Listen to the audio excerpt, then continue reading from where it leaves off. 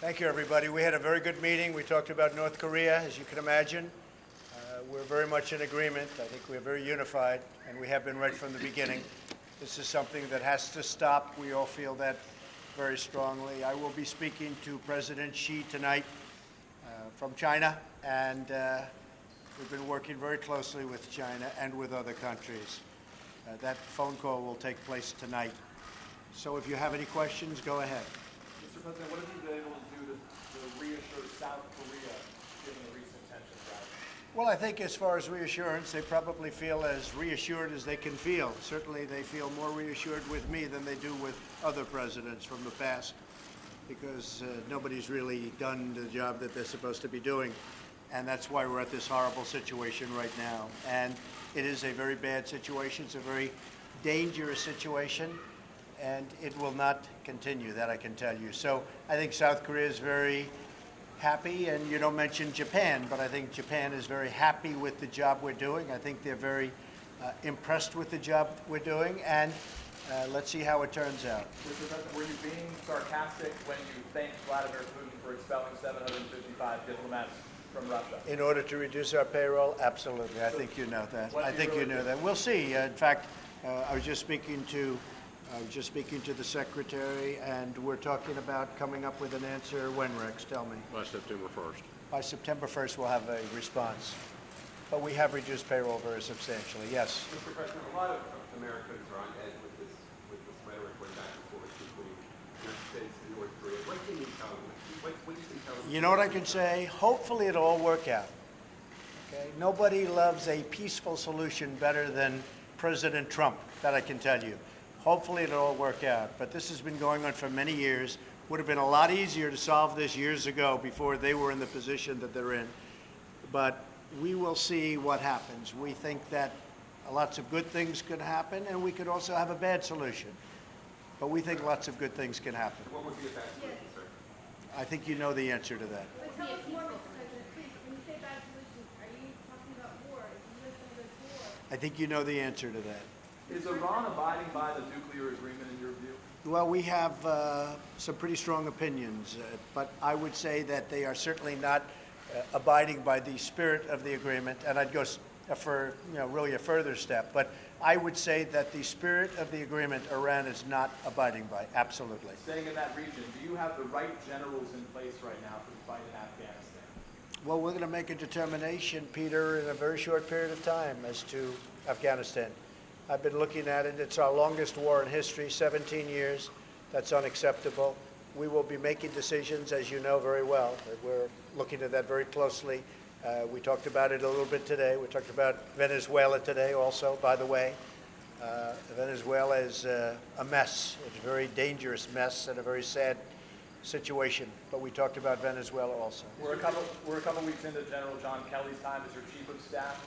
What have you done differently? What has he done to change the way you act, perhaps in the way that your White House acts? Well, I think General Kelly has done a fantastic job. He's a respected person, respected by everybody.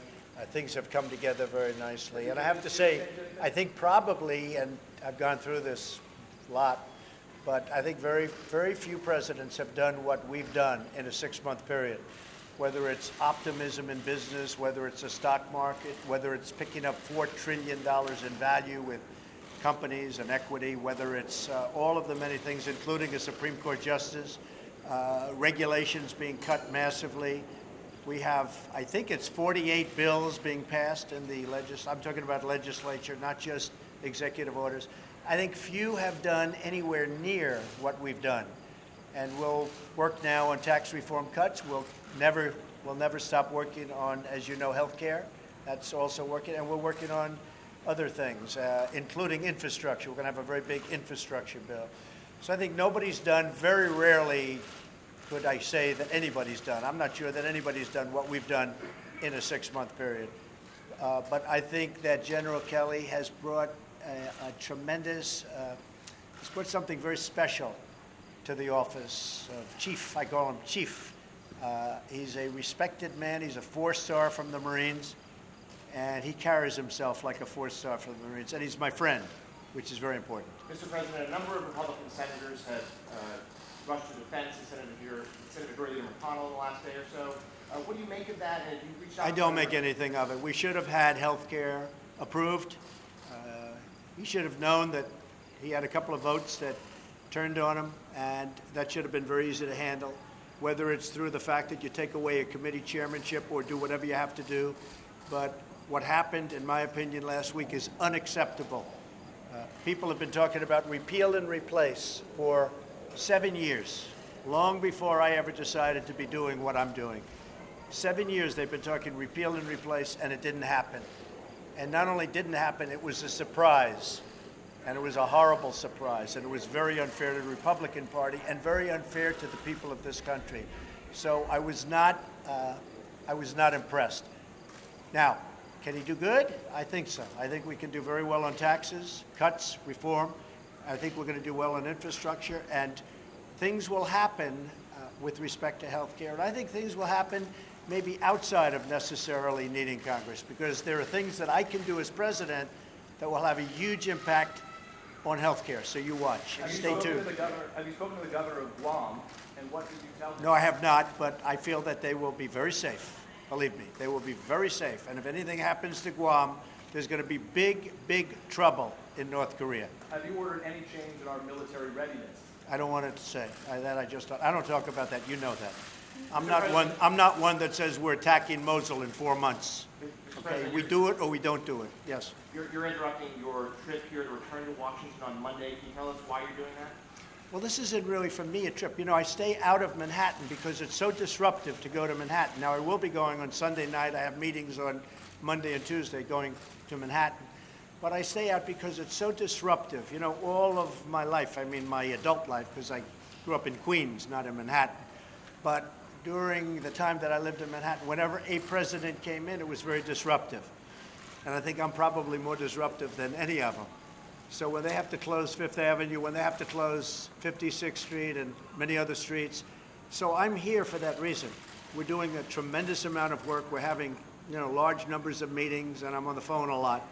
But I'm here for that reason. I would love to go to my home in Trump Tower, but it's very, very disruptive to do. So what's your trip to Washington on Monday?